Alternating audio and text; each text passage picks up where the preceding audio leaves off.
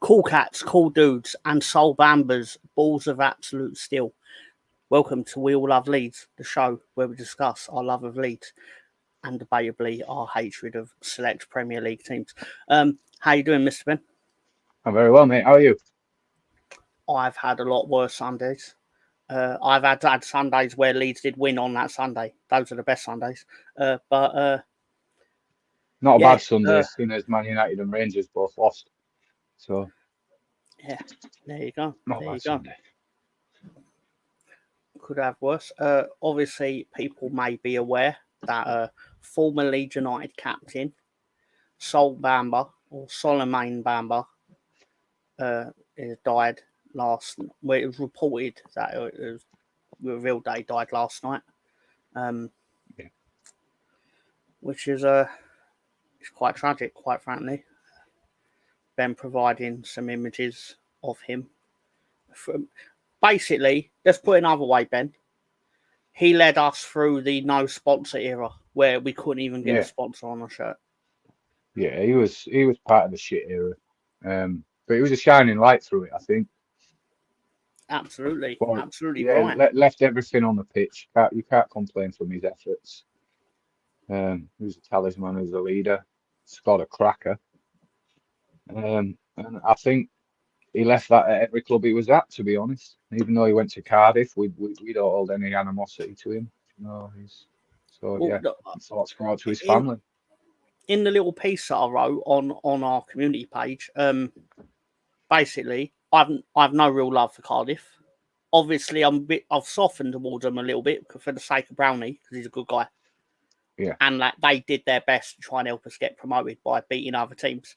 But to be fair, I was personally thrilled for him that he got to play in the Premier League. Did you know he scored in the Premier League against Chelsea? Yeah, I think he did. Yeah, they got murdered. They got murdered 4-1, but he scored, and because he's great. Just want to say hello to Anders, director John, the secret Godfather, the secret king of this show on the Sunday night. Anders paying homage to the man. Evening all, Scooby, hope all is well. Watching a program about the death of Nancy Spungen. There you go. There you go. And big up, lads. That must be the words of John Garside, or as Lolo on Friday nights calls him, Luff Garside, because he can't distinguish the LUFC as a word.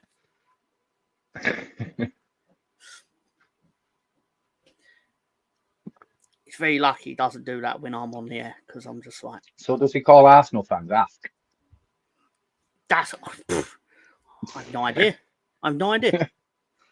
Or does he understand the SC means football club in that situation? I think so. We love Lolo, we do. In all seriousness, he's a good guy, and that's why I know he's going to take this roasting with good nature. John Wayne's here, all the way from the movies, the westerns. Happy days, all the way from the other side. Yeah. Get off your horse and finish your milk. Yeah, but John saying, look at Ben pretending to be busy. I'm not busy. Not at all. I've took my break so I can actually do this show. Wow. Russ Morgan, a long-time fan of the show. Thank you very much. And evening all, rest in peace, Sol Bamba. Again, it's one that hurt the football community. We'll put it more accurately, the Championship football community. I imagine like the likes of Arsenal fans and that are basically like, who is that? But I think the fact that he did a lot of work with Sky sort of helped highlight who he was a bit more for those that are not from the Championship. But yeah. Hello, Jimmy, Bremner's Ghost. Do you know when I discovered when looking up his stuff? Do you know when he actually got to play or first got picked for the Ivory Coast? It was Sven-Göran Eriksson who was the manager who picked him. Yeah. He sent him a message, didn't he? Was it not the other day on Twitter? I think it might have been his last tweet, to be honest. But Right, John, with Lolo's not the sharpest knife in the drawer. It's just coincidence that Sven started the week by taking the trip upstairs, and then so did Solbamba at the end of the week. But anyway,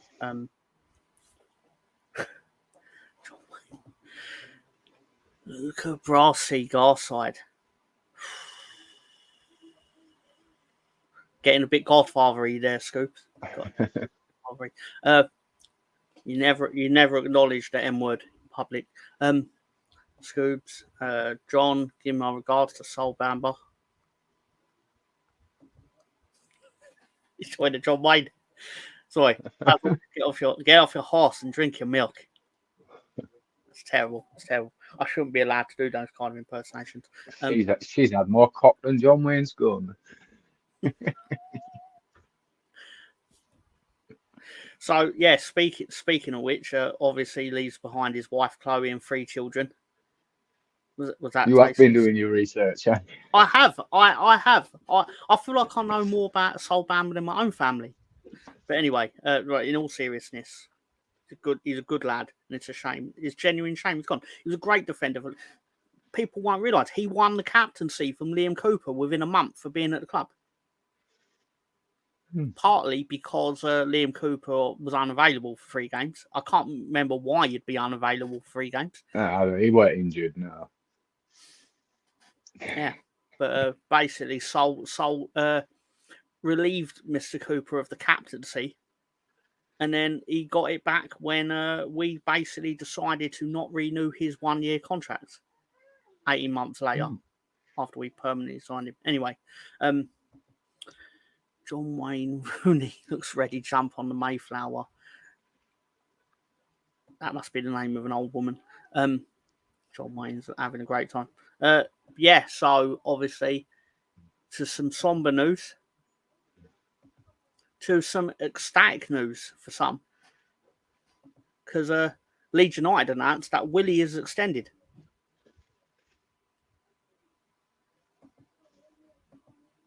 Willie is extended. It's a bad dad joke, that, isn't it? It's just... I took that at about 2 p.m. yesterday, so I actually don't know how many times it's gone viral now. But the best one is when he scored the goal at Swansea, and they were like, Willie sticks it in. It's like, you're going to keep trying to beat that, and you never will. Because it was the first one. I'm just saying. Sorry. If your children are watching this, put your hand over your ears. I could have done with saying that before I put that up. Before I extended Willie into the show. Anyway, sorry, what? Talking of souls, has anyone see? Yeah, he turned up, I think it was 2 weeks ago on the stoop. He just randomly popped up at the end. Yeah, I'm sorry, Director John. Let's keep this PG. I don't know why I'm saying it like Ben did anything. We'll go PG. He did nothing. Did anyone watch Georgie struggle today? Had a bad game today, Georgie, at Brighton. I don't think his chaotic football is going to quite work in that league. Where he managed. Look, I love him, and I do, but I personally think we got overhyped with his football because the ball was never under control with that guy. And it was just chaos, sort of unorganized chaos. And I do wish him well, but yeah, he was shit today. Shit. And I think we looked a bit more fluent without him yesterday. Do you know what I found really funny yesterday? Because obviously I listened to the Square Balls review of the game yesterday, but they filmed it yesterday, but I listened to it today, and I'm really impressed that Dan Moylan managed to last 2 weeks before throwing Georgie under the bus, because it basically took the first. I actually think he was genuinely gutted he'd left. He was genuinely upset that he'd gone. No, but it was like, I know I'm a bit of a hypocrite here because of how I behaved with Junior Firpo, but there is a bit of tongue in cheek on it, because obviously he has had times where he's not been great. I mean, I was right in the end because he is great, as proven by yesterday. He's fantastic, but I knew over the long term I was going to be right on Junior Firpo. the fact of the matter is, Georgie was supposedly our best player, and he's just like, Georgie's just so fun, which makes me kind of be like, oh God, I'm gonna love it when you're fucking wrong, because I'm a prick like that. I'm a human, and that's what humans do. Like if you tell me that this person is best thing like as sliced bread, and it turns out within our group that he is, I'm gonna kind of get a bit sick of it, because it was all the lingo. Like, oh, he's just so lovely and fun. He's got great hair. Furpo's got a great moustache. Basically, because he weren't saying about Junior Furpo, I got a bit salty. Furpo's from a 70s porno. Exactly, Furpo's definitely pornographic, definitely. Banging Whereas I think you'd be getting locked up if you had Georgie in a porno. Yeah. Well, I suspected that when Somerville would cut in on the right for the first time at West Ham and then not score, I'd be like, well, that's what you paid 25 million for, mate. Because if he's doing that and not scoring, that's all he does. I mean, don't get me wrong. Oh, sorry, Ben. Go on. I'm not taking away any of what he did for us last year. Massive part of what we didn't achieve, but what we nearly achieved. But one trick pony cut in and shit, and you're not going to get away with that in the Premier League. And whenever he was doubled up on, he was not non-existent, which I guess not an easy thing to do when you've got two marking you, but they don't need to double up on you in the Premier League because you've got better quality fullbacks. And if they do double up on you, then you're fucked. Yeah, sorry, Ben. I just wanted to say, in all fairness, despite me joking that Somerville's, washed, to quote the kids, he was fine. I'm sure he'd be okay, really. But Sinistera, yeah. I mean, don't get me wrong. Sinistera worked really hard to get me to forgive him, and I might. Depends if it culminates in an Everton relegation, I will very much forgive him for being a dirty rat that got off the Titanic. But I was actually happy he scored yesterday because I was thrilled. It was just I know it was Sinistera, but it was the icing on the cake for a fucking complete utter shambles of collapse. I'm glad you said that. I've got something for that because we head for the Sunday roast. But before we do that, Ben, Director John took the liberty of putting together a little graphic for the Leeds transfer business. Would you mind having a look at it? I think he's done a sterling job, personally. Oh, I don't know. I might have to cover my eyes for this. No, it's okay. It's nothing too offensive. But, yeah, basically, what do you make of the business in general? I think I'm not greedy. And look, I've been ranting on at Leeds fans all week they're just never happy. And they I don't know what it is with football fans, but they think because they buy tickets and because they follow a football club that they've got a right to tell people who own the club how to run it.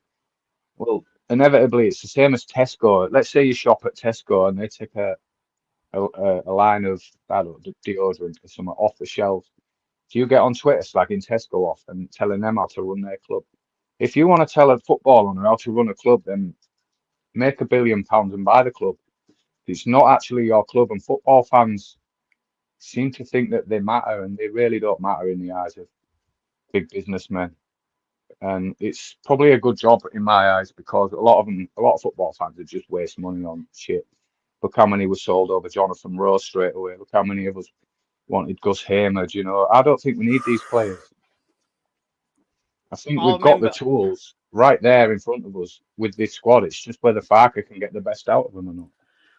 I remember Ben sitting here 3 weeks ago telling you I did not want Jonathan Rowe. I am thrilled because I felt like I've watched that record before. If we don't go up, he's just going to be, I don't want to get on the bus, Daniel. Yeah. Daniel Farker won't be here next year if we don't go up. But hypothetically, he'll be, I don't want to go on the bus. I want to go to Everton like someone else did. And I just feel a lot of fans were just desperate for players without actually thinking through what players. just a player through the door. It's not that simple, is it? They've got to be the right players. And nobody knows the ins and outs of the transfer business. Nobody knows what goes on behind closed doors in negotiations and how long it takes.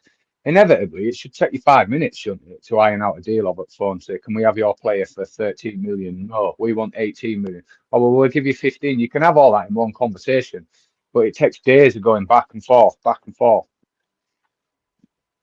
Because And they've got so many things going on at once. yeah, yeah, but the average fan don't understand that and just thinks it's a case of, well, we've offered you 13 million, you've rejected it, we want 18. They just think, well, go back with 18. You've offered 23 for so and so. But who says we've offered 23 for so and so? Some journalist that don't have a clue.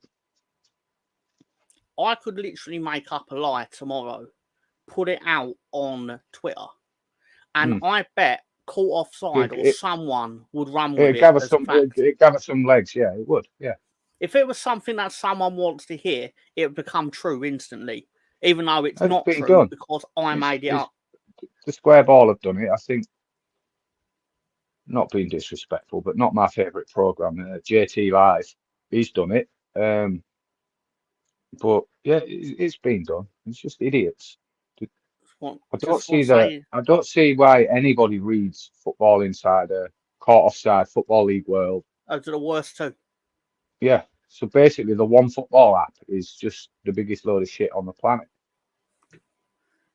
I just want to quickly say hello to Conche and hello to BX Gunner. And Jimmy, you're right. It was really weird kicking off 3 p.m. But that's what real football should be. But it's weird that is what real football should be, because I'm used to now being on TV every Saturday lunchtime. Did anybody else Did anybody else have a dodgy stream yesterday and end up with Hull City's fucking commentary throughout the game? Because it was like hospital radio. It was terrible. Absolutely terrible. They turned the crowd atmosphere down as well, so you could hear the commentators. And yeah, it just ruined the experience for me yesterday. It's true. I wouldn't do that, John, but I could do that, and that's probably what would happen if I did do that. But I'm not going to do that, mainly because I'm too lazy, because I've already got enough shit to do on a Monday. Pardon my language, everyone. Personally, I hate the transfer time stress and avoid it till it's over. I mean, I wish I could say the same, Jimmy, but I'd be lying if on Friday I wasn't hitting refresh every 20 minutes on my phone. I just learned very early that not to pay attention to any of the speculation, because that's not how this regime does things, unless the other side leak it, like Sheffield United, for example. So Leeds are in for so and so, and Leeds are in. No, they're not. They're just not. I know this might sound a reactionary, because obviously we had about 3 weeks where everyone was having a go at the 49ers. Oh, they don't know what they're doing, sort of thing.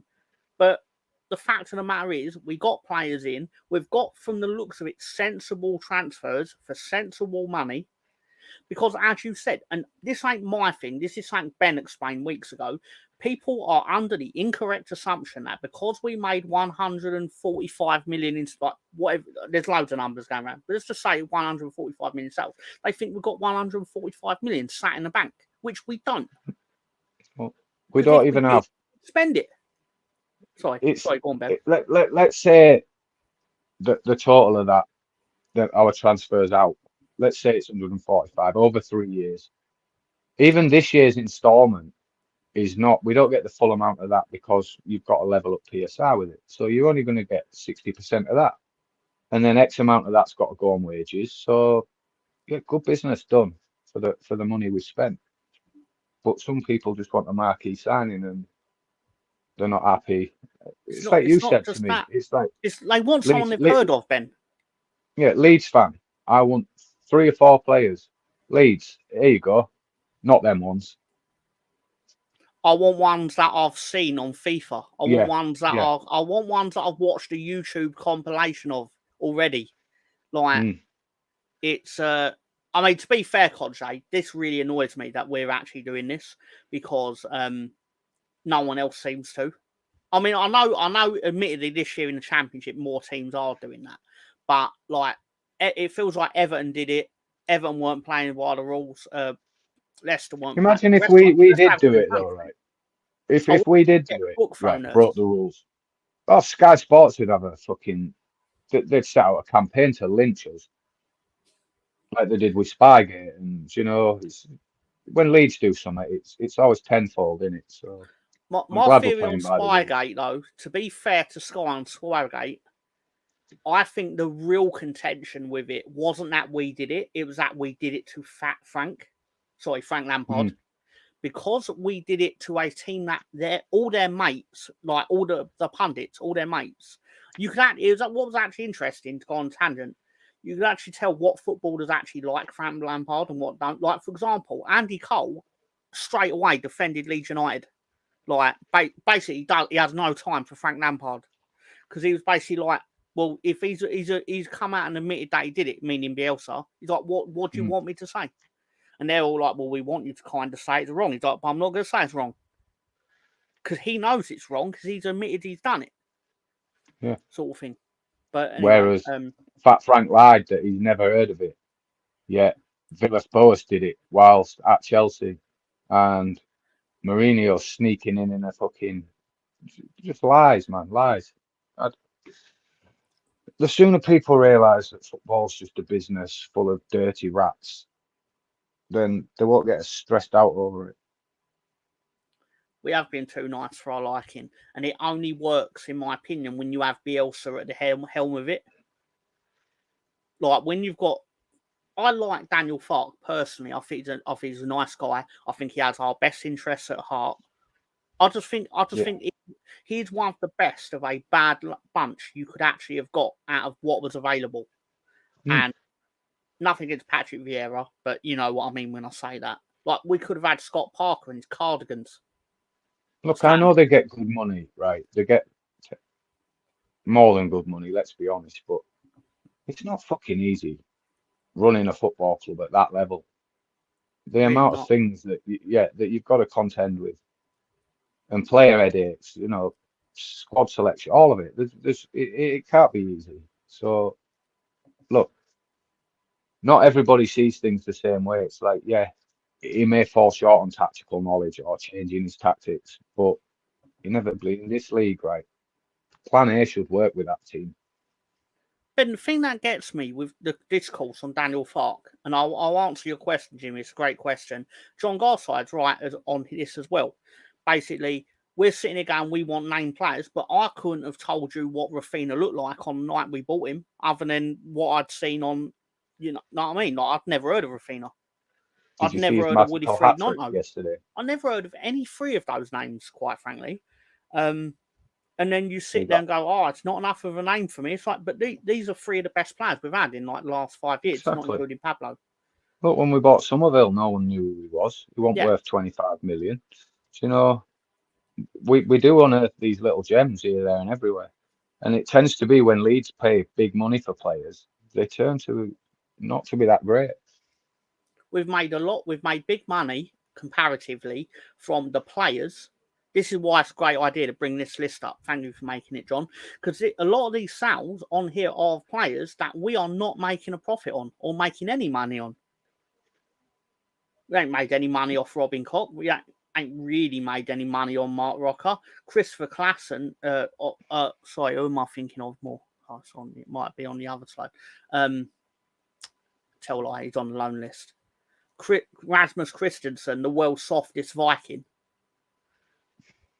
Like, he was literally like, I am a warrior. And same with, what's his name? Max Verber. I'm a warrior. It's like, yeah, but you got pushed over by a Wolves player. Yeah, we thought we was getting Pontus too, didn't we? Yeah. Oh dear, we got Pocahontas too. Leeds fans are fickle. I am quite fickle as well. Of course they are. It's not just Leeds fans, it's football fans in general. Yeah. Are fickle. Yeah. Oh, I'm not trying to be high and mighty. Like, I'm guilty of a lot of the stuff that I'm basically insulting here for a laugh. But there is the serious matter. Like, there are Leeds fans who are basically like, I'm not happy with this transfer window. It's like, I bet you'll be happy if the 3 million Japanese man scores, though. I bet you'll be happy if he makes a life-saving tackle. I watch KG, and it's where I disagree with him. you've got to rate your transfer window without seeing them play. And well, no, you don't, because inevitably that's not how it works. It's how they play over the season. Look, when we get to the end of the season, I'll rate our transfer window, or maybe January. I'll rate how it's going then. I don't have to rate it before I've seen any of them play on some players that I haven't got a clue about. It was made by people who've been watching these players for months and months and months. So I have to inevitably trust that they know what they're doing. So I will judge the transfer window as and when I've seen these players. Yeah. Just quickly before branching off of it, Tom, do you know anything about Nigeria? Basically, I've read the same. I'm guessing I've read the same like comments you do on social media, where basically we're getting this 18.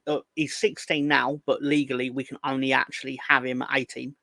And Yeah. This I don't mean Nigerian to kid, sound, I don't mean to sound horrible, but basically, if he's really that elite, if he's a wonder kid, as you call him in the football manager yeah. Why are community, we only ones in for him? why is it only Leeds United in the Championship that have got the man signature? And I know you can't have Yeah. 9 teams having one signature, It but I'm like, depends who why highlights Wonder Kid. I mean, look, if you're watching YouTube, then anyone's got a Wonder Kid or superstar or next Messi. Nah, puts too much pressure on them, and then they end up flopping back to under 20. And just we'll see when we see. I'll judge. Exactly. It's also the same with our outgoings as well. I'll judge whether we dodged a bullet by keeping them, by seeing how these three perform in the Premier League. Obviously, I don't feel the same with Archie Gray, because you can just tell he was a different level, and there's so much more to come from him. But when it comes to Cree and Georgie, I'll judge on their next few months of how they're getting on, whether we got good money for them or whether we didn't. And I'll tell you thus what I far, see I think we happening, got Ben. good money for them. Yeah, but I'll tell you what I see happening. I don't think Archie Gray is going to feature as much as people No, I expect think he for left a a year 40 too million early, player. personally. Yeah, I believe he will fall down.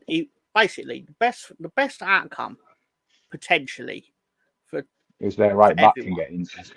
Yeah, well, what I think will happen is if we get promoted, it'll make it a lot easier.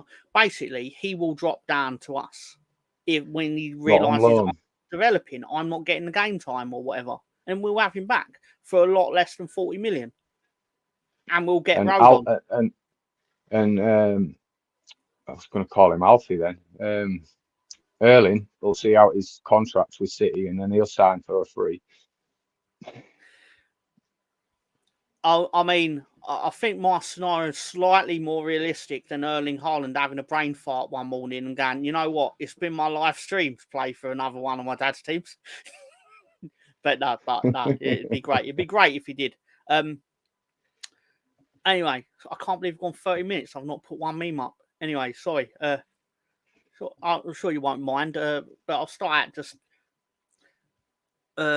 someone, I think her name's Gabriella. She was all like, "Oh, pre-season's done. She won. Hard work, all that." Someone then replied to her, "What league are you in?" To which Carl Willis replied, "Out of yours." just saying. And that would just gently lead us into the Sunday roast. The Sunday roast. Yeah, I need the tune for that. So yeah. Only memes of Fergie's face through Fergie's face. Well, you got to start out with deadline day meme, and some say this is a meme, but former Leeds United Sam Allardyce with a classic moment from a deadline day history. Did you know her dad played for Leeds United? Genuinely true. But I had to Simpsons-fy it, obviously. Not those transfers, the ones at the bottom. Anyway, I think there's similarities there anyway. But what would you say is another legendary transfer day moment for people that sat and watched Sky all day during transfer deadline day? I don't have Peter Hugo Odemwingie. I don't have him leaning out of the car, unfortunately. I should have. I knew you was going to say it. Begging, please take me. I think they really done him dirty because they made him look like a money grubbing whatever. And he might be that. But at the end of the day, that something happened between the clubs which gave him the window to actually be like, oh, I'm going to drive down there. Like, because he wouldn't just randomly drive down there without a club going, yeah, we're interested in this. It'd be like if Willie Gnonto turned up at Everton. There'd have to be something that made him think. Look, they're all money grabbing twats because they're like, oh, we need to make as much money because my career's only short. Like they're above getting a job in a factory or something after their career's finished. Do you know, like League Two players have to do and stuff. Yeah. Oh, but so to answer your question, it's not that's not Gabby Yoroff. That was Hayley McQueen, daughter of Gordon McQueen, for Jimmy's benefit. But I was actually thinking dildo in the ear. Yeah.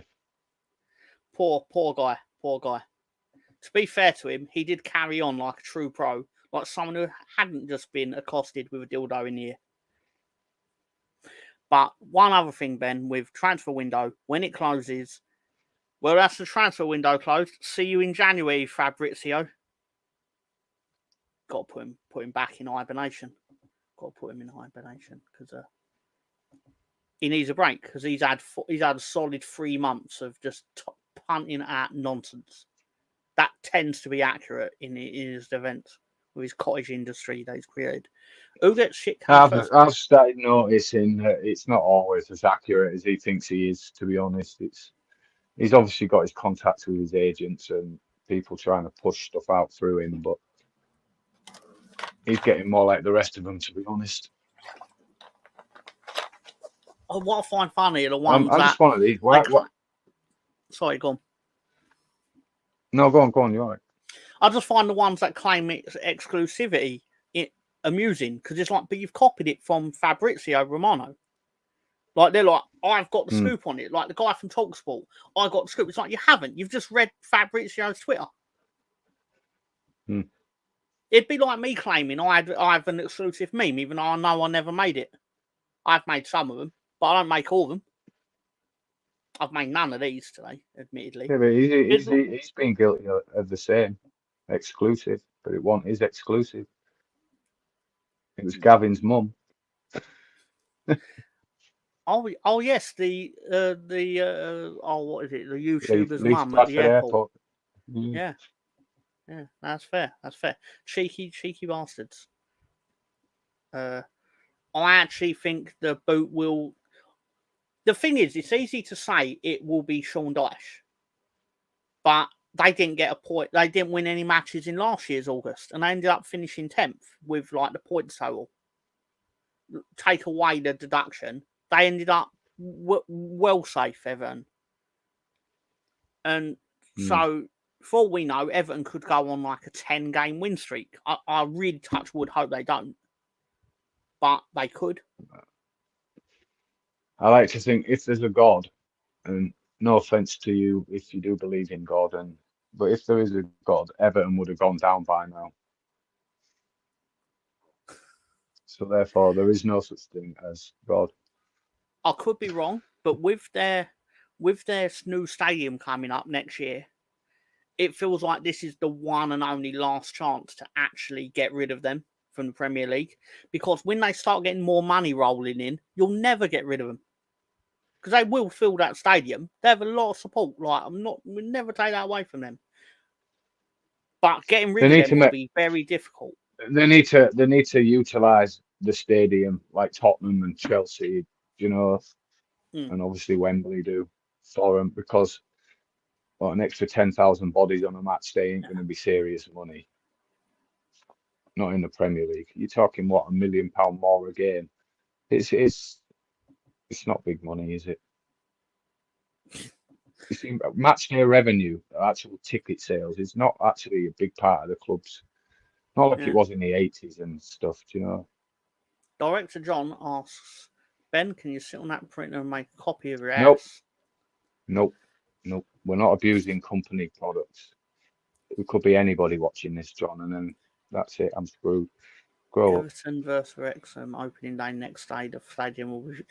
I mean, to be fair, I'd feel sorry for Wrexham in that situation, and I don't feel sorry for them very much because you know that Everton fans would be outside the Wrexham team hotel to get a competitive advantage over Wrexham.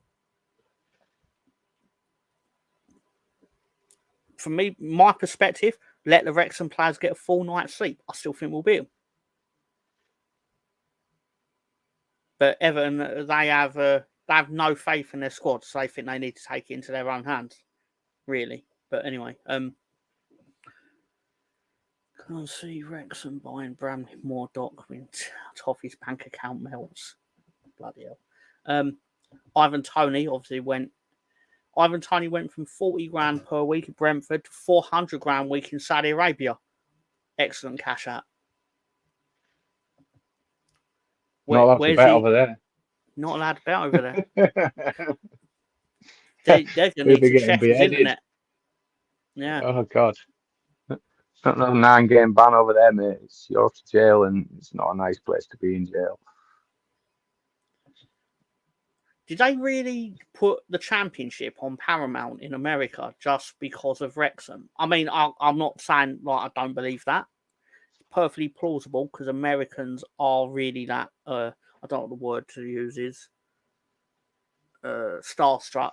Celebrity oriented, yeah. Yeah. Oh no, fair enough. Yeah. Like, but we're definitely going to put the Wrexham games on. But I suppose we might as well pay for some others, sort of thing. I actually think it was a great idea of them to put the championship on in America because it's the most competitive league in football. I don't understand America. It's like, if you're a convicted felon, right, you're not allowed to own a gun, right, or even carry a gun. But you're allowed to run a country where you can tell people with guns what to do. It's just one backward place, that place. It's certainly a country. Obviously, controversy happened at the Emirates yesterday where officially, to my understanding, Declan Rice outside of his foot just slightly knocked the ball to the side by an inch, which he was deemed not, or what's the word? I didn't realise that. I thought it was for making a meal of the challenge. No. It turns out the referee's kind of right. To the letter of the law, the ref is right. It's stupid that this occurred, but he does prevent that free kick being quickly taken. Arsenal fans might not like that. I suppose then that puts his leg in the way where the ball was. Yeah, that makes sense to me now. Yeah. Don't get me wrong. We all know that he didn't really get kicked because the ball moved. He was going to lever him anyway, but in the referee's eyes, correct decision. But I'm still going to pretend that it was dodgy for the sake of memes. So I'm sorry, right? But the way he went down is just fucking embarrassing. Absolute fucking embarrassing. A grown man rolling around on the floor like a fucking 2-year-old. 100 million, that fucking waste of space that absolute useless in the fucking Euros bag of shit cost. No offense, Arsenal fans, but he is shit. And yesterday was fucking embarrassing. It's a grown man, that. And you'll celebrate him every week. It's not that for Leeds. I tend to get off the fucking pitch. Honestly. I'm surprised there's 4 other people with you. Ball was moving, so ball technically wasn't in play. That's Russ have no ground. You know what, Russ? I don't care. Yeah, I really don't care. Because I'm still going to post a meme that actually defends your club. Because I've got the live footage of the VAR room. 1 second. One second about that, right? Ball was moving. Don't matter whether the ball was moving, he still kicked the ball away. What he's not allowed to do. He's not allowed to take that ball anywhere. He's not allowed to touch it, run away with it. So technically, yeah, yellow card, red card, okay. Take your Arsenal tinted glasses off. If that was Tottenham, you'd be like, yeah. But still, Premier League refs in general, the standard. That's an insult, Steve. Hey, I didn't do it. But something that is an amazing standard, and I've titled this Haaland better than Henry, because everyone knows I have a rivalry with Thierry Henry, even if Thierry Henry doesn't know it. That Haaland's quite he good, knows isn't it. he?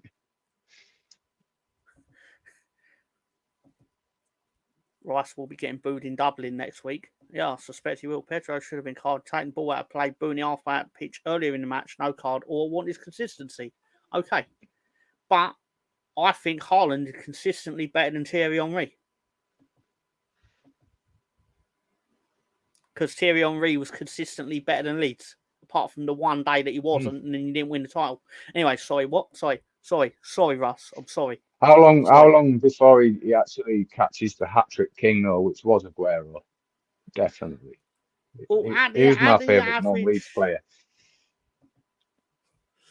England playing on, yeah, I believe that is the case. Yeah, Because even other than Henry, slight smaller gap between Henry and the rest of them. Aguero's record's way better than the rest of them.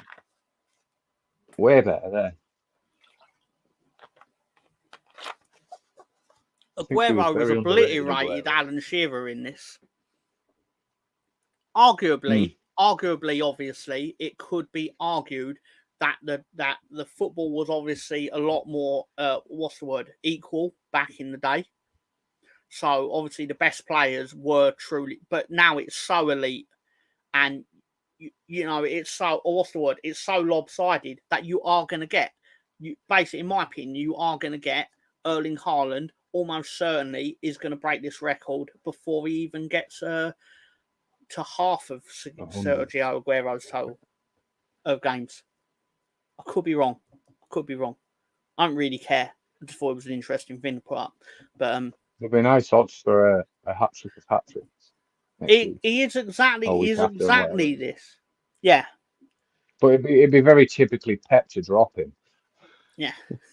to keep his ego in check. Yeah. It'd be funny if he did. I would argue he is a massive flat track bully, but so were all of these players, Russ. Because all of these players are probably not getting all of their hat tricks against the team that is in second place. They're getting their hat trick against Norwich. How many of them probably have a hat trick against Ipswich or Norwich or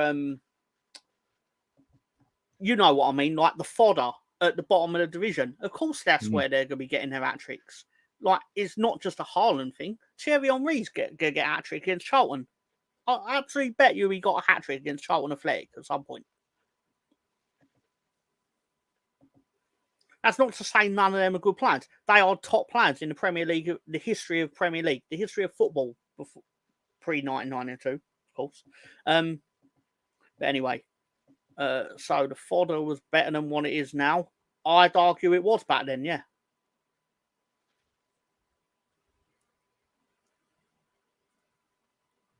Henry scored most of those goals against Leeds, and he played then against them a couple. Yeah, but he scored a hat-trick against the Leeds team that got relegated. Now, I'm not taking away from that, but it proves my point more that he is a flat-track bully.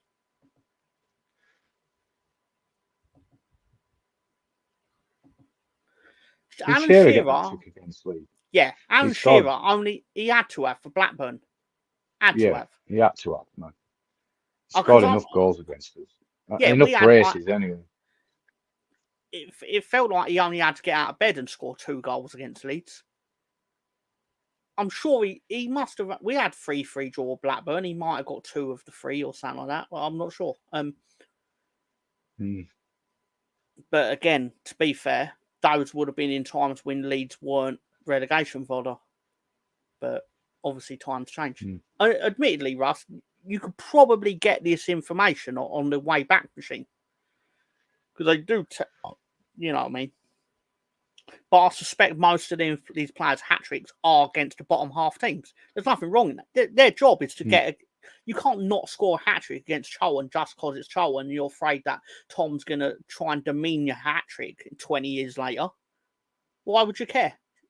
Try and score 6, sort of thing. But, you know what I mean? Anyway, Pep, tis no man is a remorseless goal-scoring machine. Is that the all-you-can-eat buffet? Sorry. Anyway, on to Chelsea now, Ben, with Ticketmaster website crashes after the whole Chelsea squad attempt to secure Oasis tickets. It's a lot of tickets. It's a lot of money on tickets. I don't know what you all think about Oasis, but I thought that was funny. The squad look unhappy. Add more players. And now on to Everton. Life comes at you fast, Ben.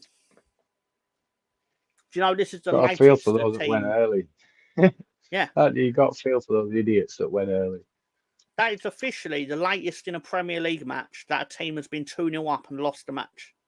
Countless times teams have scored 2 goals in injury time. Happened loads of times. But a collapse on the scale of what happened. And Jimmy mentioned it. I believe you mentioned it as well. The Leeds effect caused this. The Leeds effect. God, Lewis Cook is an old man now compared to them. Bournemouth got their 10 million worth. Oasis of shit. Get them the Smiths every day of the week. I would get the Smiths every day of the week if they announced a concert that had the entire internet up in arms. I'd get you them not on a Sunday because I've got to prepare for this show, but you know, I do it on Tuesday. I'll get you the Smiths on Tuesday. Sorry, Everton, can't you go 90 minutes without humiliating yourself? How long was that? Sorry, I shouldn't have done it in my voice. It should have been, oh, how long was that, governor? Sorry. Do you know Everton's got a new TV channel? But speaking of the other team with a channel, did you see Man United in the Champions League draw the other day? Oh, wait, sorry, no one did. Speaking of Manchester United, sorry, I promise we'll get on to the game. I promise. I didn't realise how long this would take, Ben. Trey, our old favourite Man United person on Twitter, was tired of this Salah nonsense. But that Salah nonsense got 9.1 on FootMob. I've got a live picture of the Manchester United defence. Ted Hogg. Casemiro's awful, isn't he? Fucking fat bastard. It's funny you say that. He was slagging off Feyenoord because Arne Slot was the manager. And it's like, yeah, that quote came back to haunt him. To which he was like, and try and defend a cross that comes into the box, people. I can't stress that enough. And friend of the show, Ross Morgan, sent in Casemiro during the first half. Don't make me run. I'm full of chocolate. I promise there's not many left. When you see the length of time on the contracts for the Manchester United squad, this is absurd business. Absurd. Why? How old was Casemiro when they bought him? It was like 32 or something. And they give him like 600 grand a week or whatever it was. I've made that up. It's not 600. It's probably 300 grand a week. But still, and Wayne Rooney, because he joined in with these losers. They've still not won after 4 games. Me out by Christmas, that's impossible. And the last one, which I do promise is the last one, Philip Schofield's favourite player.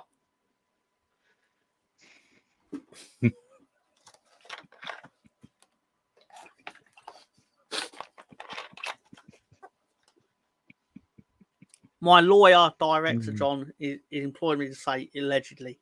But do you know, before the game, Ben, the whole vice chairman, laid a wreath at the plaque for Loftus and State. Bless him. Because obviously there are sensitivities around the fact that they are Turkish owned. But in their defence, I'm pretty sure they didn't kill Chris Loftus and Kevin Spate. So it's still a nice gesture all the same. The thing about Turkey is if you don't support that scummy shit, then you hate that scummy shit. Yeah. That's fair enough. Yeah. Right, so I'm going to put up the formation, the starting lineup. I think this turned out quite well. in hindsight. Hmm. Then I'll put that up just for the sake of it because they didn't. That's the one. Drama was on the bench. Yeah. No, the one you sent me was. What's That this? one. No. Was it that one? Yeah, it was that Yeah. one. Yeah. It's far too organised for one R pick. It's upside down. I sent it the other way around. Anyway, it is what it is. But it's right because we kicked from that end. So. Well, because on the thing Yeah. you took it from, the whole one would have been pointing upwards. Look, I'll say what everyone was saying yesterday. It was Solomon starting. That was what jumped out on the page for everyone. So we was keen to see on how he performed. I didn't expect any other changes. Obviously, I expected one or the other into Dan James. I guess what'll be interesting is what they go with in 2 weeks against Burnley. Sorry, in 12 days against Burnley. Because of it, presumably we will have a fit Solomon, we'll have a fit. Let me check my list of names. Ramazani. I had to check because I would have said Radrazani by accident, so couldn't help myself. James would be like, no, you can't play all of them. It's a nice problem to have. I still think they'll play Brendan Aronson because he's potentially going to be better at 10 than Georgie was. Yeah, we've got a lot more options now, haven't we? Whereas before, I feel that look, Georgie's fit. Well, it's clear Georgie's fit. You play him, even if he's got fucking hernia. But I think, look, we've got options. It's whether he can utilise them in the right way against the right teams. It's like not every team's a double pivot at the back. You might want the double pivot at the front against shit teams like Plymouth, Sheffield Wednesday. Obviously, you're gonna be a bit more solid against your Sheffield United, your Burnleys, your Middlesbrough aways, your Sunderland aways, But it's all about how he utilises the squad now, and it's on him and the players. Because I'm not a full advocate of look. It's all the manager's fault. At the end of the day, it's the players on the pitch that have got to execute. And if they can't do it, then they deserve some proportion of the blame for it. We just tend to scapegoat the manager these days. What I was going to say when we were talking about Farker was the criticism of him that I don't understand is when people go, he relies on individual brilliance, but then you'll sit there but not you, but then the person who says that will sit there and tell me that Liverpool don't rely on getting the ball to Mohamed Salah. And then you'll tell me that Manchester City have won a treble. Don't rely on the ball into Haaland. But yeah, it's like all the best teams have or De Bruyne. Yeah, of course they do. Yeah, and some teams have got like us last year. We had 2 or 3, superstars that pulled out a bit of individual brilliance, and so the big clubs do have. They've got 2 or 3. Some have even got 4. I mean, how often is it a bit of Bernardo Silva brilliance that unlocks a tight game for City? Exactly my point. Yeah. But people say like they think they've got a gotcha on him. Brilliance. Yeah. That's why they buy these stars, because they're capable of individual brilliance.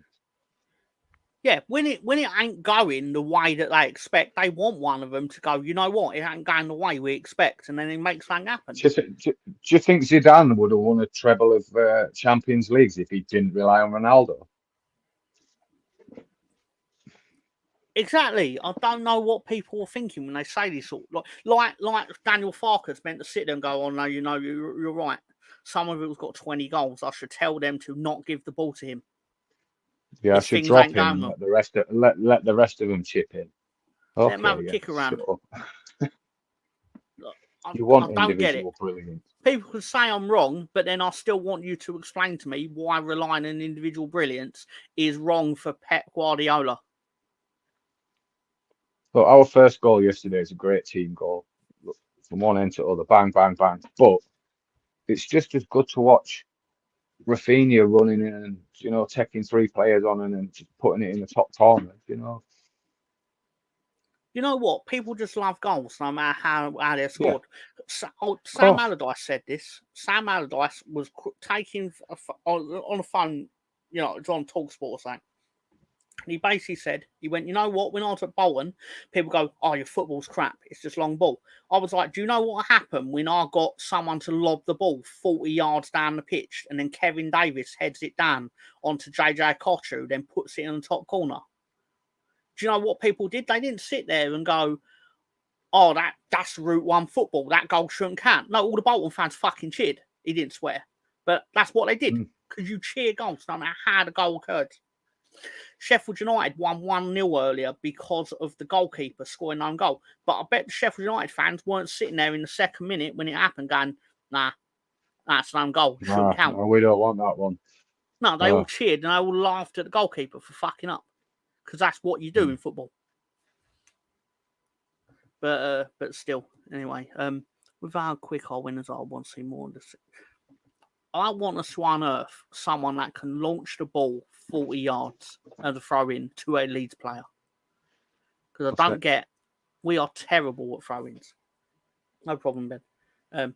I'll stick a formation that I'll find on Google because I like how untidy it is.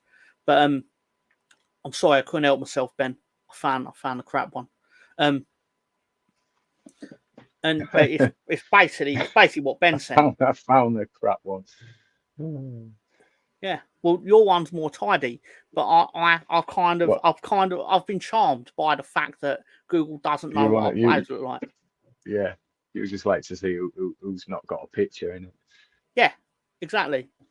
Turns out Hull also get the same treatment. But I mean, what can you say about it? Obviously, game kicks off. Not know how the goal disallowed. In fairness, it was rightfully disallowed because he was about 4 yards offside. He frustrated me with his offsides yesterday. So look along the fucking line, man. I think at one point we had 4 offsides. They were all him. Yeah, I was reading on Twitter. Someone was saying he's offside is annoying. Like a professional footballer should not be offside 3 times. No, it's just laziness. Yeah, it's laziness. Is what it is. They were saying like he's almost taken the Jorginho mantle of getting the customary offside decisions in. I still think. Don't get me wrong. I'm glad he signed the contract, and I think he will become a better player being the man because he's naturally the one we're all going to now gravitate to do things like we did a bit in the relegation season. It was get the ball to Nonto. He's the only one doing anything. I didn't quite agree with that, but I think we put too much on a player of his age at that time. Yeah, I think we've been guilty, or Fark has been guilty of subbing him at the wrong times a few times. So when he has actually been the only the outlet of a goal, and we've needed one. But look, it's time to shine, innit? You've been given a better contract. What you want? You're the shiny toy of the team. So go out and prove it. I believe I could be wrong, Ben. Because apparently he's got no release clause still. But for him to have no release clause, I suspect he's been promised he's going to be sold. Yeah, I'm one of these. How is it that we know the ins and outs of his contract? No one should know.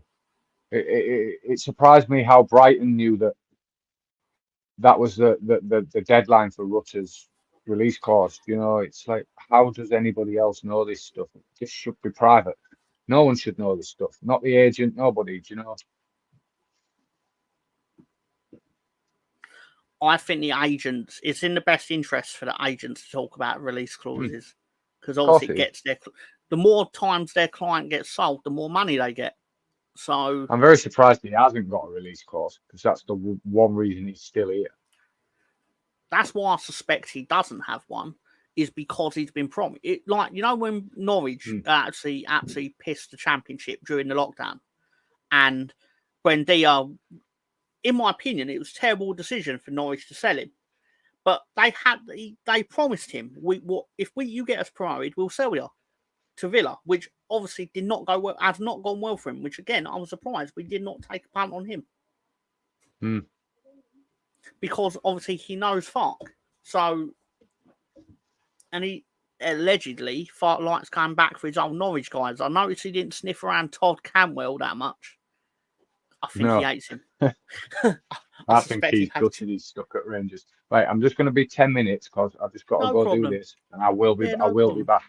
Okay, so sure. If you just run them, I've got you in my ears so I can hear what's going on. No problem. Right, back soon, guys. Hello on the stoop. I believe that is Lolo on his on the stoop account. How you doing, Lolo? Good to see you. Back to winning ways. That we are.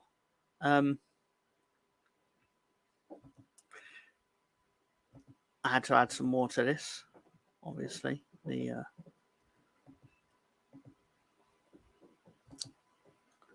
That director John made. So I suppose I can go through my slideshow. So obviously we established that Nonto offside. He was offside, like 3-4 yards.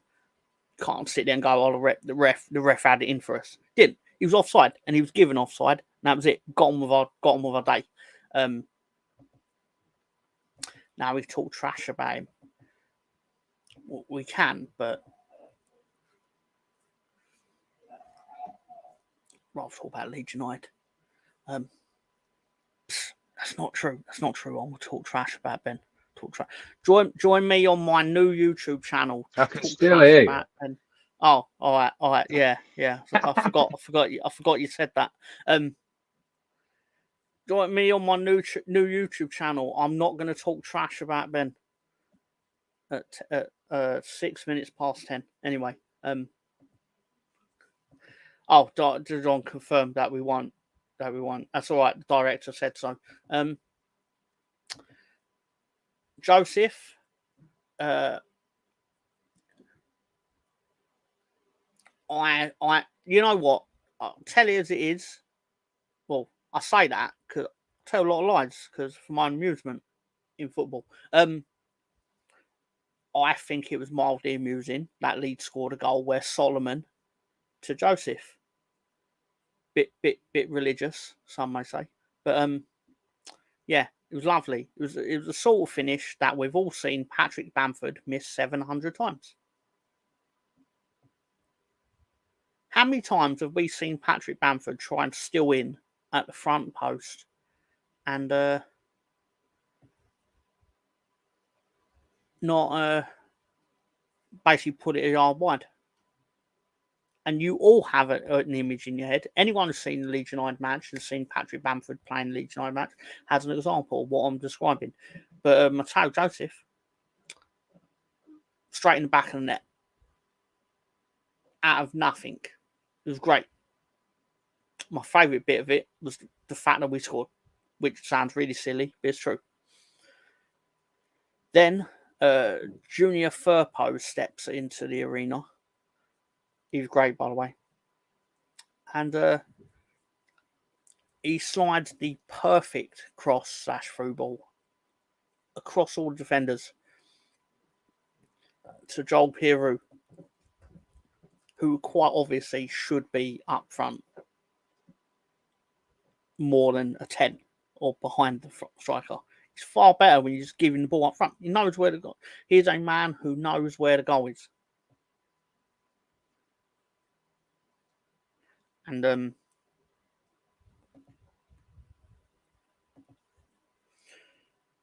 he knows where the goal is, and he found it.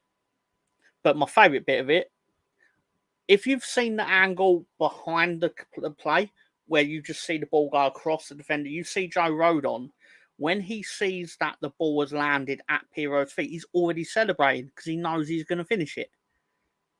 I'd love someone to have that much faith in me before I do anything. So, great teammate. I will ask Ben when he comes back about some of the new lads. But I thought it was a very solid outing. Solomon, you can tell he's got Premier League quality to him. Tell why Tottenham shelled out silly money on him. He wouldn't be playing for us if he hadn't had an unfortunate injury, because it'd probably be playing for Tottenham. But anyway, that being said, I think it's time to pay appreciation to the Tokyo Whites fan club. They would have been thrilled seeing their man. I mean, they're all their men, but you all know what I mean. Because apparently, according to Mr. Conche, I believe it was Conche who said it. I could be wrong. Apologies if I am wrong. Marketing exercise to sell shirts in Asia. Well, they sold a few here. Why? They got one of Conor Roberts' face on it. I don't know. That's strange. I'm not sure. But anyway, won the game.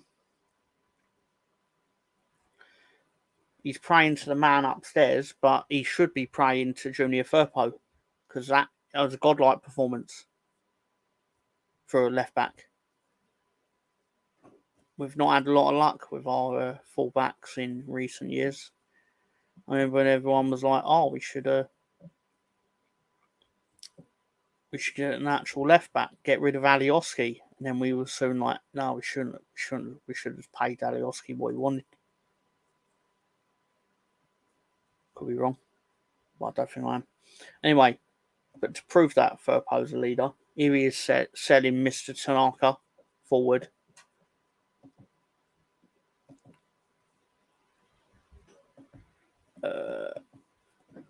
I've not counted them, to be honest.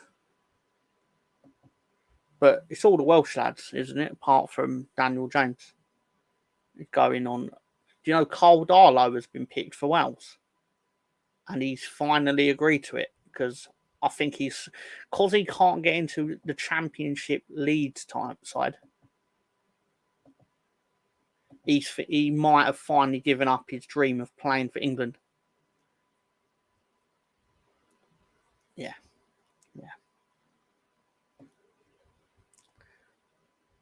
Yeah. Go on, Diets, John. Always crop coming up trumps with the surprises. Lots of surprisements here on We All Love Leeds. Some of them from the director, some of them from others. But great stuff. But yeah, in all seriousness, Cole Darlow, yeah, he's going to play for us, and I'm pretty sure he's not Welsh. But how many of the Wales squad are actually Welsh? Vinnie Jones played for Wales, and I suspect there's nothing about him that's Welsh, not even his bollock. But still, so Tanaka obviously is rest of fans. They had a good time, and the thing I learned most is that Ramazani is tiny. He is possibly smaller than Somerville. He's a tiny man. And Solomon is a fast man. I want to see them do him versus Daniel James in a race. Eat cheese on toast twice a week to qualify from Wales. That is the words of Bremner's ghost, known as Jimmy. I keep out in it's the first name. I shouldn't be doing that. It's Bremner's ghost. Bremner's ghost. Anyhow, obviously we then get whenever we won a game last season, they would always do a video of like the Leeds players reacting to the Leeds camera as they walk back in, and Piru has basically taken the mantle of Georgie of doing something utterly psychotic. That face is going to be in your nightmares. It's going to be in all of your nightmares. Your nightmares. Yours. You. Russ Morgan. It's going to be in your nightmares, sir. It's probably not going to be in your nightmares, but it should be. Is he wearing a bra or... Do you know what I think that is, John? In all seriousness, I I discovered this during the week because I always used to wonder why they wear it, because I thought that it was something like to keep your back straight or something. But they actually have like a tracking chip in them, so they can monitor like your running numbers and stuff like that. That's the actual reason they wear those, because they've just got tracking chips in them. Because I always used to sit there and think, like, who actually counts how much running they've done? Well, no one counts how much running they've done. The computer does it.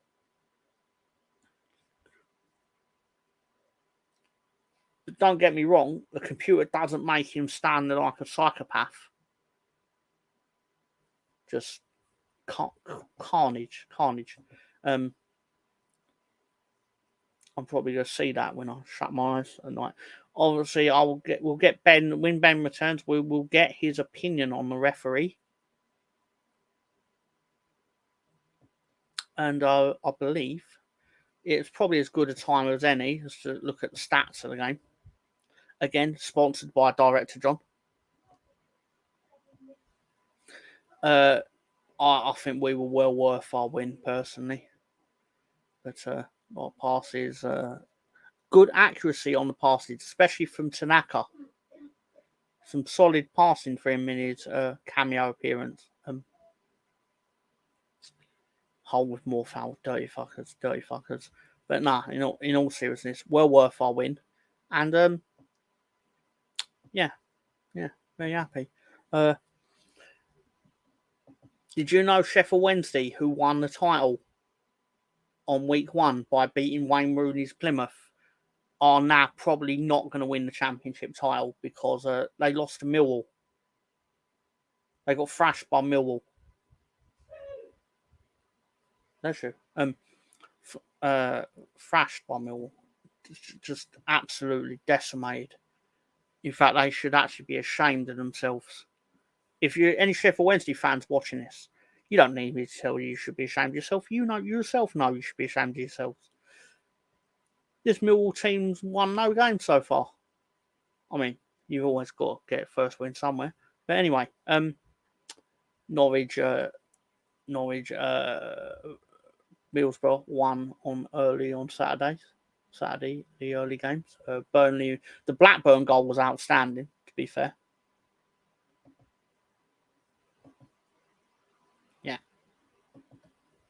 Yeah, they were. I appreciate most of the Arsenal fans in here. Obviously, wouldn't have been watching Burnley versus Blackburn. They would have been tearing their hair out of the refereeing. But still, Luton won QPR 2 from Friday night, and it did fill me with a lot of pleasure. Not because I want bad things to happen to Luton, but it's nice, when a parachute payment team are probably not going to get promoted, because it means you're more likely to get promoted. I could be wrong, but that is the case.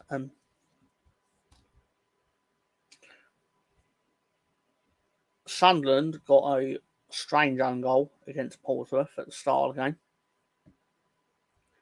It was like a pinball that ended up with the ball in the net. Oxford United are still winning games. Of course they're winning games. Preston are shocking. But obviously when Preston turn up at Ellen Road, they'll turn up as Barcelona. They both will. Derby County got a win. Sorry, I'm seeing most of these results for the first time, even though I did put them on the community tab yesterday, but I didn't read it. I very rarely read mine work. Anyway, Director John will be the first to tell you. I rarely read anything that's sent to me. I'll get the spirit of it, and I'm like, it's fine. Well done, John. Thank you, and all that.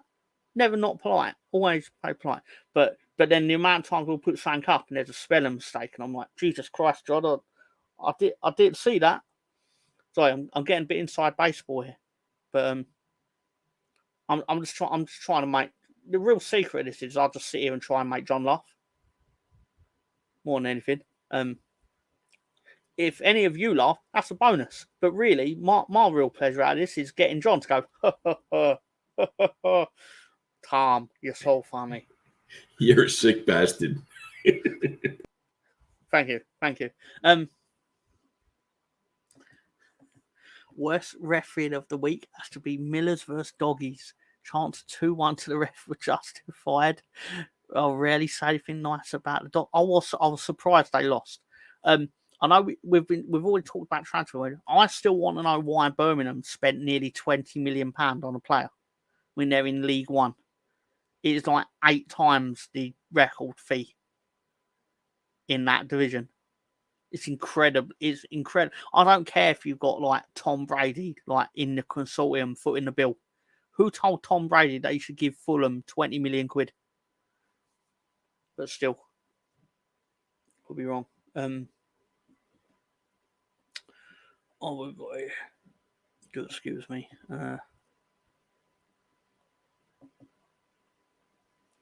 So obviously, when we reconvene to go over the games after the national break, Hull versus Sheffield United on Friday. Millwall will play Luton at the same time that Oxford plays Stoke, and Leeds will play Burnley. I know which one of those 3 games I'll be watching. I'm pretty sure Oxford versus Stoke City is going to be an absolute barn burner. But I'm still going to watch Leeds, obviously. I was trying to think in my head, like, how do I do that joke? Anyway, not very well, clearly. Then the 3 o'clockers will be Swansea versus Norwich, Watford versus Coventry. You mean I can only watch that once? Just an evening. Sorry, what? Plymouth will be playing. Oh, no. Sunderland are probably going to get their 5th win in a row. Oh, why can't we play Plymouth every week?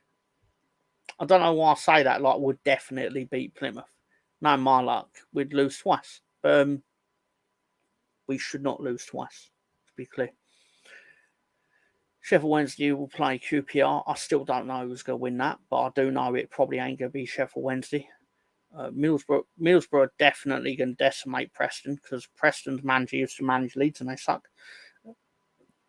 And, join me for championship predictions with Tom, where he will tell you why your team sucks.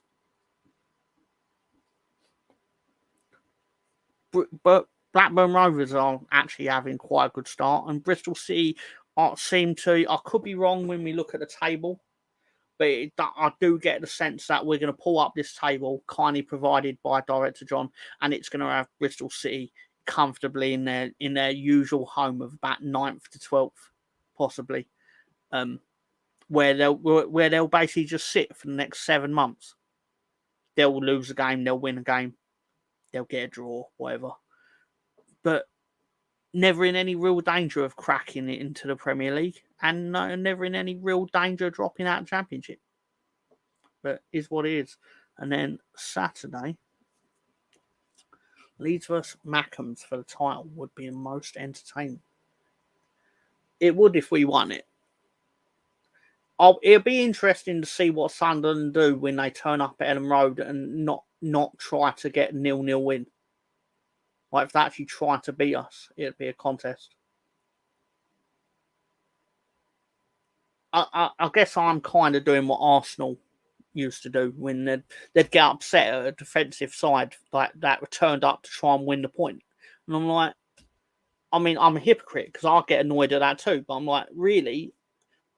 Their job is to not let me win. So who am I to get mad at that? But I will get mad at that if it actually happens because I'm a prick. Derby County versus Cardiff City. I really don't like Cardiff City, but I like Brownie, and I want Brownie to be happy. So, I'll stomach Cardiff, stringing a few wins together for Brownie's sake. Portsmouth versus West Bromwich Albion will be the Sunday game. Could be wrong. It looks like it's going to be the Sunday game. And that's a contest that will happen. Brownie should move to Yorkshire. Dan, do you know where he is now? He's in Australia. That's why he's not in the chat, because he's asleep. Could be wrong. It's about 7 a.m. there. He's a good lad, though, in all seriousness. And why not? I'll put up the table. Unfortunately, though, Cardiff are the strongest team in the league because they're holding everyone else up. Shouldn't have said that. Luton, oh God. Even we had 3 points at this stage last year, like 3 draws. Oz is too hot. Fuck that. Consider emigrating to the Falkland Islands. Oh God, I'm not doing the Falkland Islands again. It's just it's too much trouble. All the wars with Argentina and that.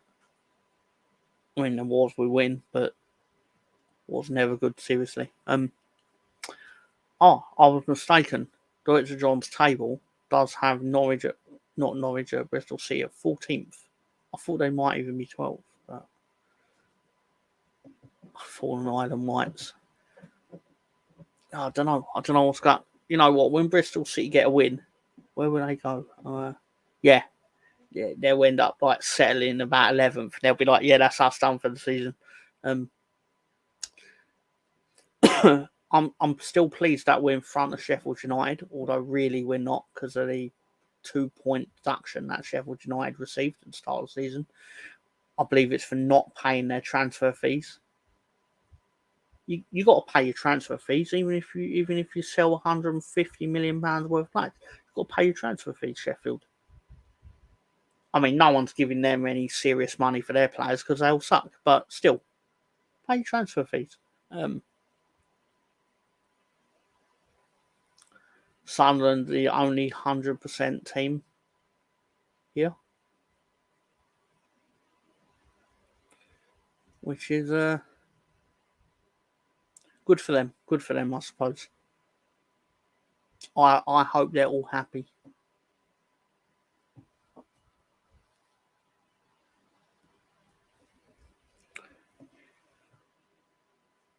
Is what it is.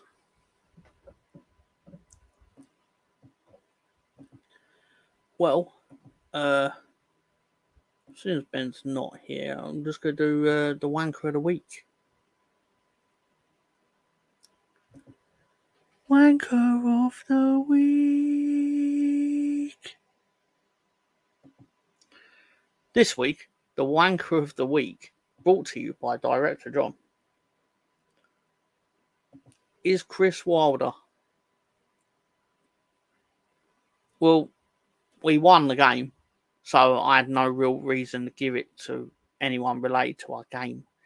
And I could be wrong, but I can't give it to the referees anymore because Ben has his own thing with the referees. So there's no point in making them referee the wanker of the week.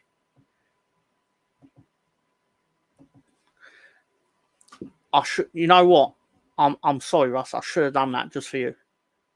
I really should have done Chris Kavanagh as the wanker of the week. I apologise.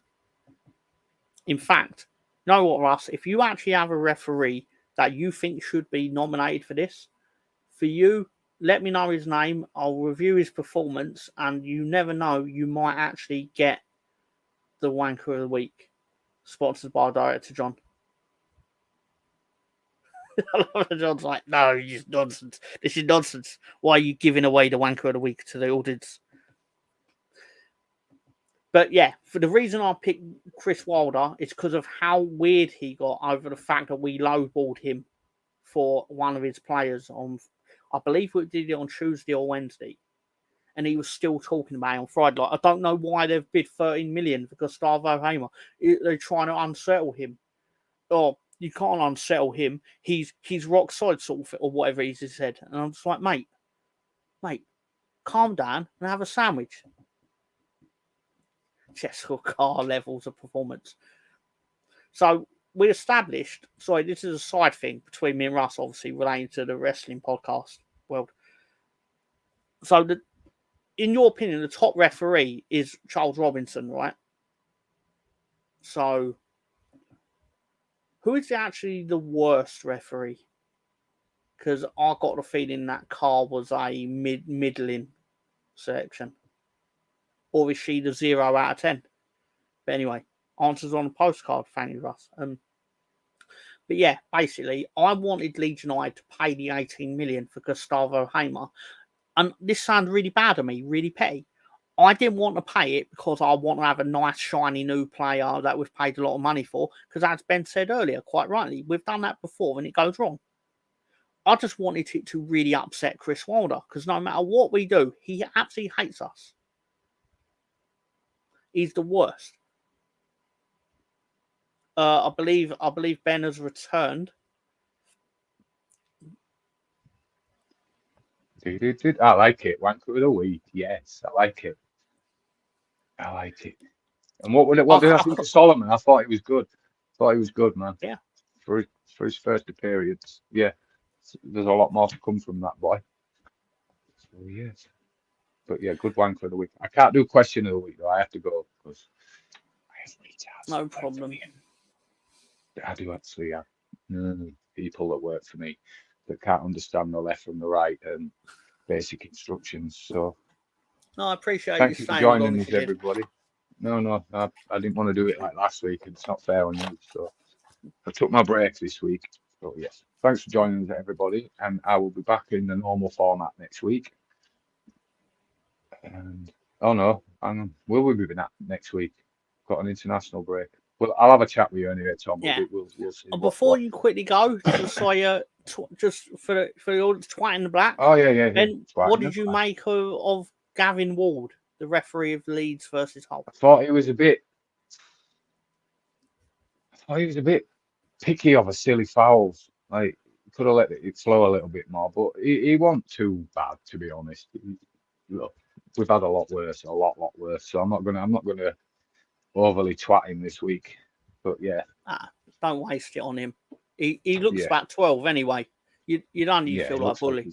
He's got many more years to piss me off yet. So no, but seriously, thank you, Ben. I won't be far behind. Problem. We've got the question of the week and dipshits and all that. But happy days. Right, you take care, Tom. Take care, everyone. Thank you. I'll see you soon. Peace out. Your fans are saying bye. Take care. Eddie Orengo just looks bored. Is he the one that wears the black gloves? Sorry. Possibly. Yeah, Russ Morgan was saying goodbye to you. Goodbye, Russ. I will see you next week, or you will see me and I will read you. Right, I'm going to go. Right, I'll see you soon, boys. See you soon, everyone. Seriously, take care, Ben. Thank you. Cheers all. Happy hangovers. I'm not actually going anywhere yet, Mr. Jimmy. But like I said, won't be too far behind. But we have got Wanker of the Week. And I'm just saying there's similarities. There's similarities between them. This actually is quite apt because people may or may not know Chris Wilder got really angry at a referee decision once and then went into the referee's room. This is a true story because he told it. He did it. He told this. Why would you say that you did this if you never? Went in the room and he was upset that the linesman or what the assistant, it was basically linesman, whatever they call him now, linesman was sat there eating a sandwich while he was getting angry at them. And he was basically, I kind of get what he means when he says, like, would you be eating a sandwich if Pep was stood here? It's like Pep probably wouldn't get angry at you for eating a sandwich in front of him. I could be wrong. But he's like, I'm a Premier League ref. I was like, well, you weren't for very much longer based on how your team were playing. But still, Chris Wilder depicted as a human as well. Anyway. Wilder, spam and cucumber. There you go. We'll do the dipshits, then we'll do the question of the week. It's the dipshits. They get a bit muddled up this week because people hate these two. Does anyone really want to hear Don Goodman commentate on football? Says Dan87180016. Would anyone actually give a fuck if his monotonous shite disappeared off the airwaves forever? Strong words. Pep probably well enough minded to wait for the ref to finish his butty before launching into him. Yeah, there you go. Don Goodman is the biggest prick on Sky TV. Fact. from James Burke 09 or J Burke James 09. Why would you name yourself like? Obviously, James Burke is your name, but why would you put J? Well, I could get you doing that if you just wanted your Twitter name to be James Burke James or whatever. But there's already 8 other people that have done it. I'm sorry. I'm getting into semantics. Can't help myself. Linda Fitzgerald, Hoops9 Linda says, Don Goodman delighted with that goal, as he was worried that he'd have to say something nice about us, and that would be so hard for him. Dreadful commentator. I believe he was commentating on Friday night, Luton versus QPR, if I remember correctly. Mr. Lasso, Warren Hall, says, 90 plus minutes of Don Goodman. The joys. I sense the sarcasm radiating out of your 8:04 tweet on Friday night. And last one, Andy Hinchcliffe. I did say the crossover. Andy Hinchcliffe clearly has some suppressed BCFC trauma. This must have been from Tuesday or something. Never has a good word to say about us, including once again tonight. Does he realise League One versus Prem, and we've shown our class on the ball a fair bit. Absolute Chris Brunt, that fella. I think he means something that rhymes with Brunt. It's a 4-letter word, begins with a C. Anyway, to which Cal Jones replies, always hated Blues him. Add him to a list of the likes of Don Goodman too. I think Birmingham played someone in the Carabao Cup. He's always hated. Yeah. He probably means thing. All a bunch of divs. Burkes are one of the biggest clans in Ireland, Tom. There's a lot of James Burkes. No, I get that.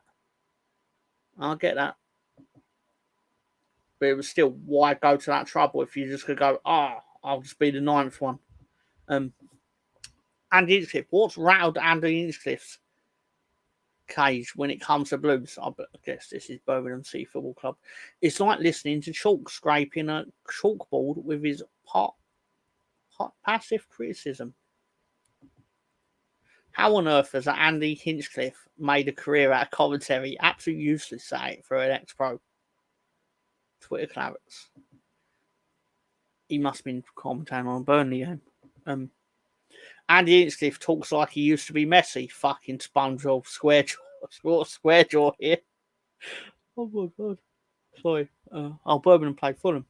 Fulham won 4-0. Yeah, so yeah, it makes sense. Andy Hinchcliffe is the new Don Goodman, the one-eyed wanker. And my final one. Most powerful rather than biggest is probably a biggest better description. There you go. And I'm pretty sure Don Goodman is the reason for the increase in pirate fire sticks. I wouldn't want to pay to listen to the prick either. To which Stuart replied, it's Andy Hinchcliffe. Either way, they're both shite. To which the next day, Aid Beaufoy replied, I should have said last night, Andy Hinchcliffe is such a bad commentator. I thought it was Don Goodman. They are very popular lads on the Twitter. And when I say popular, I'm doing the thing where I say one thing, but I mean the opposite. They're not popular at all. They get a little bit of praise, but generally not popular at all, John. Not popular at all, mate. You know what? I'm going to launch into Director John's favourite thing. It's the question of the week.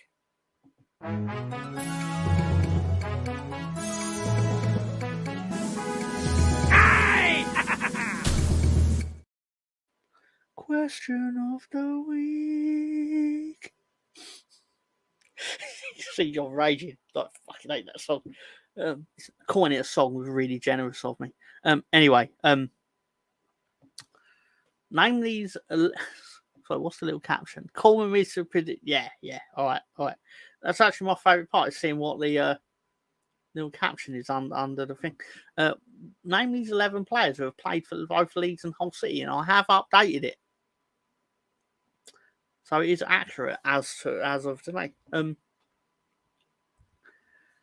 Those are your those are your initials. And I'm just going to sit here and check my correspondence, as we say in the when you're trying to sound mildly professional game.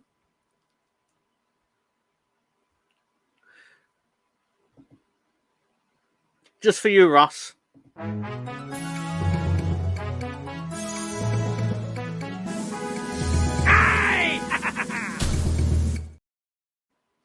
And it's copyright free. The best kind of free on YouTube.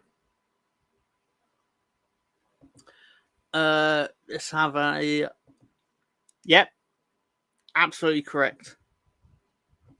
Liam Cooper. Correct. Carl. I'm going to need a little bit more, but you are probably correct. Russ Morgan. Correct. Russ Morgan definitely played for Hull and Leeds United. You actually popped Director John. He enjoyed that. He enjoyed that.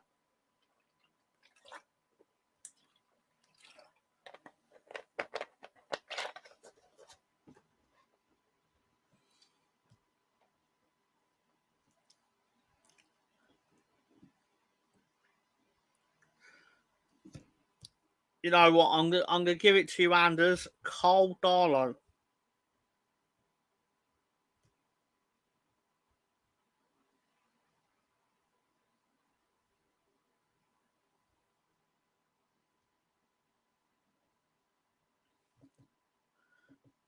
Yeah. You're right. Cole Darlow. You're right. That's fine.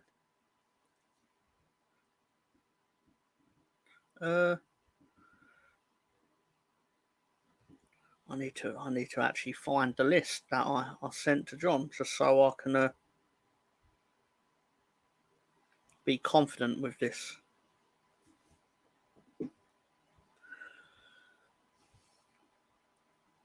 To be fair, RM is not Russ Morgan on this particular list. Correct, Russ Morgan. Robert Snodgrass. Correct, Jimmy. Peter Swan.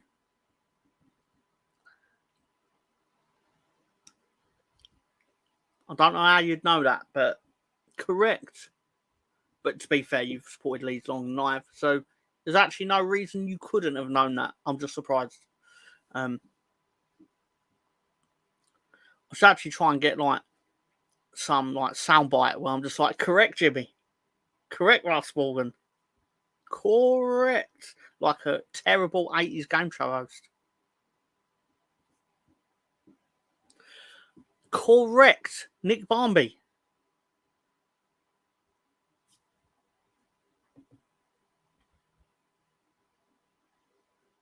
Correct. You get a correct answer. You get a correct answer. You get a car. I ain't giving out a car. Just quiz on Sunday night.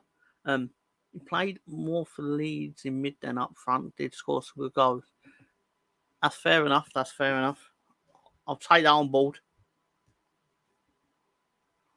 I mean, if we end up playing Hull again next year, and you get this again, I'm still going to forget it. So you're still going to get him up front on this list.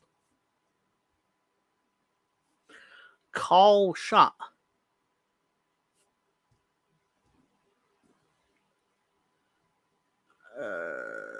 You know what? No, it's not. The CS on this list is not Carl Shutt, but he might have actually been a correct answer. I'll double check for you. Carl Shutt, obviously most known for scoring the winning goal against Stuttgart in the 1992-93 Champions League. Carl Shutt never played for Hull, unfortunately. It's a good guess. Lee Carsley, England manager. I mean, there's a couple of reasons why that is wrong, Mr. Colonel Ward, as Retro Rewind TV. But you should give him a follow. Does video games and the like.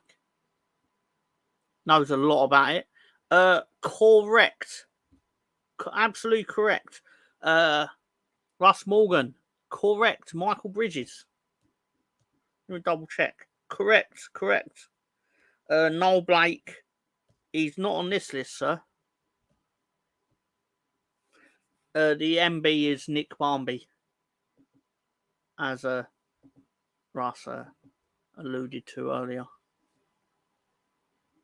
But I believe Noel Blake was a forward. I could be wrong there.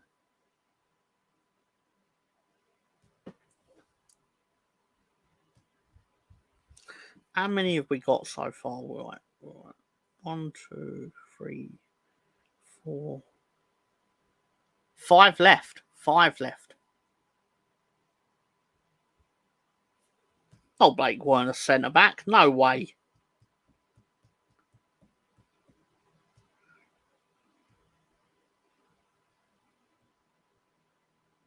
No, Blake was a centre back. What am I talking about?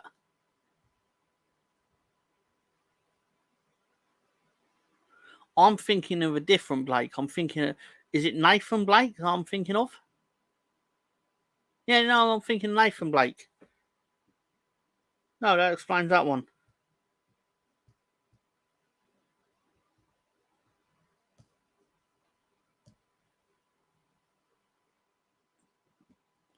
Well, Nathan Blake played for Sheffield United, and I think he was one of the 730-year-olds that joined Leeds in 2004, 2005. I think we even had Julian Joachim at that point, which is how you know you're in trouble in 2005. Yeah. Don't revoke my Leeds fandom card. It's quite a fair one to get mixed up on. Give the point to John Garside with Manuel Rui Marquez. Even though he was team sheeted as Rui Marquez. Eric Lee Shire is correct. However, I removed him from this list because I replaced him with a new one that appeared over the summer. To give you a clue. It should be. It absolutely should be our MRM. But you tend, at the time I first can put this together, you tend to be short on players that have played for Leeds and Hull. But no, but he genuinely was team sheeted for Leeds as Rui Marquez. Do you know he was Leeds' only representative at the 2006 World Cup when he played for Angola? I mean, John Garside's showing off now because he's just going Cameron Stewart's correct. Malik Wilkes. Correct. Peter Swan's correct. Yeah. I should just wait for John Garside to run the table. I bet he could do all 11. But you still haven't got the main one, the newest one.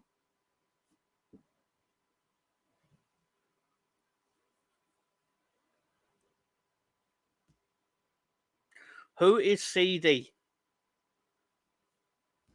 You'll kick yourselves. Not so much Russ, to be fair. Snodgrass is on there too. Russ, let's go back to 7 minutes ago, where Louis Coyle, Danny Talk Sport. Correct. Who is CD on this list?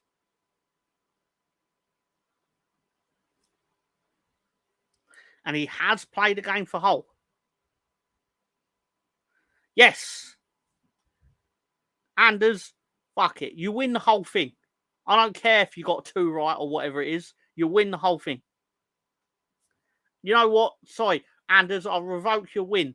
Russ Morgan has won because he said compact disc and it makes me laugh. Can I do that, John? Can I declare a winner based off of someone making me laugh? I need to. He thumbs up. He thumbs it up. Like, it's official. Can do that. Yeah. There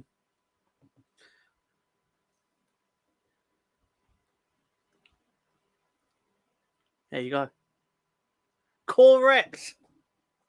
Yes. Yeah, next week I'm going to be going correct. It's going to go. Actually, spoiler, it may do if I choose that as my question of the week for the Leeds Burnley lineup.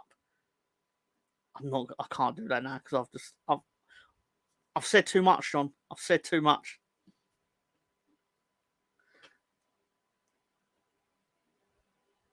said too much. That's a lovely Leeds kit. It doesn't fit very well. Anyway, so thank you for that. What are we doing here? And just one more bit of business to attend to. People, Leeds fans will know this. People that don't support Leeds won't necessarily know this. And obviously, we have viewership that don't support Leeds. It's the 10 year. It's not the 10-year anniversary. 10 years ago, so it's technically the 9th anniversary. Because when you're born, you're not one. Of this tweet, don't go to bed just yet. In fact, tell a lie. It will be 10 years in exactly 1 minute. I've timed this amazingly, John. Amazing. Look, you couldn't even buy this timing. In 1 minute time, it's 10 years old, this tweet. Or 10 years ago, again, because you're not one when you're born still. So, and all Leeds fans know what this led to. Glad Oldham. Yeah, it's true. We allegedly were in for about 6 players at 10:49 p.m. and we thought we had them over the line.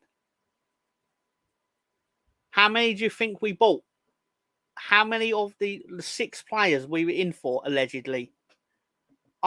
Spoiler, none. We got none. No one. Zilch. Nothing. What actually happened was we then confirmed Matt Smith completes move to Fulham for an undisclosed fee. Then breaking, we can confirm Dominic Polion has signed for Oldham Athletic, signs 2-year deal.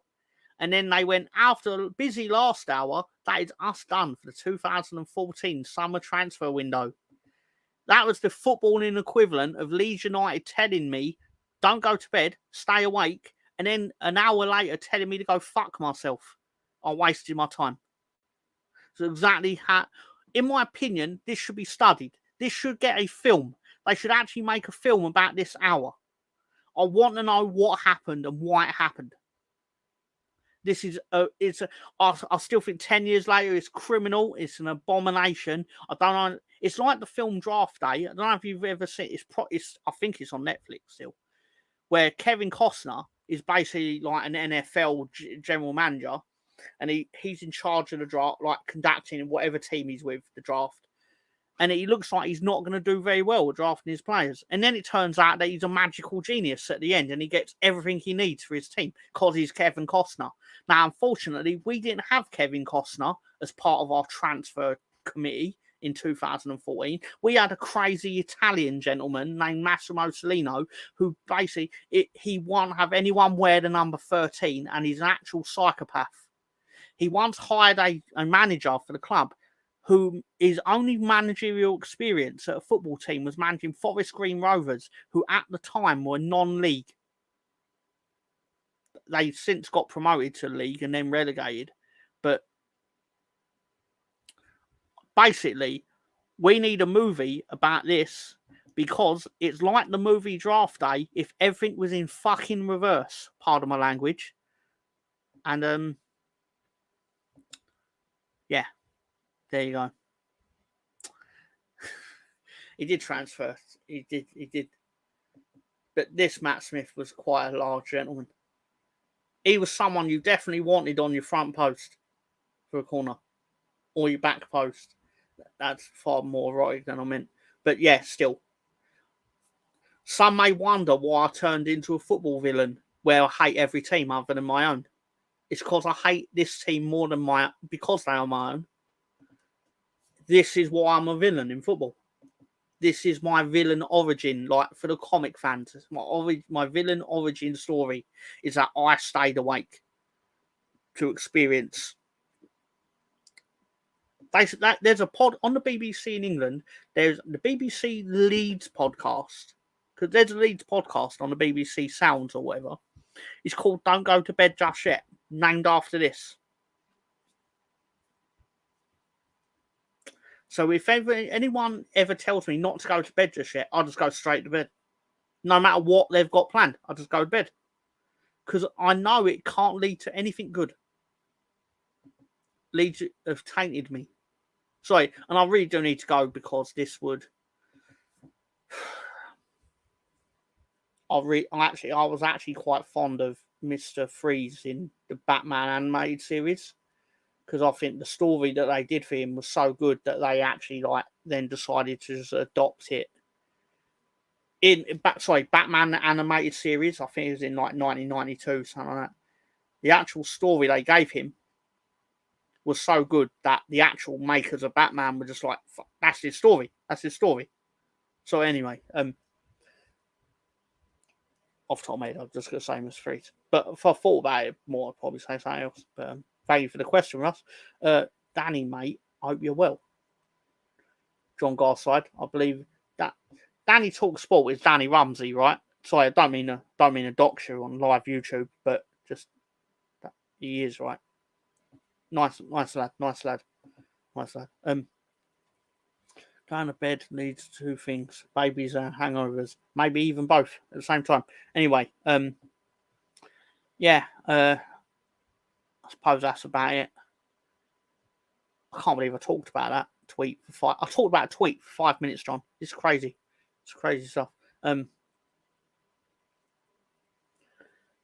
suppose we're obviously going to say good night. Rest in peace, Sol Bamba. I want to say thank you to Director John. Oh, John's got something else, I believe.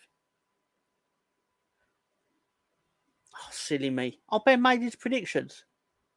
Ben replied to you. Oh, amazing. Wonders will never cease. Sorry, that's for a month ago. Got new ones, haven't we? Yeah. I mean, I won this month. That's including yesterday's game. Yeah. Okay.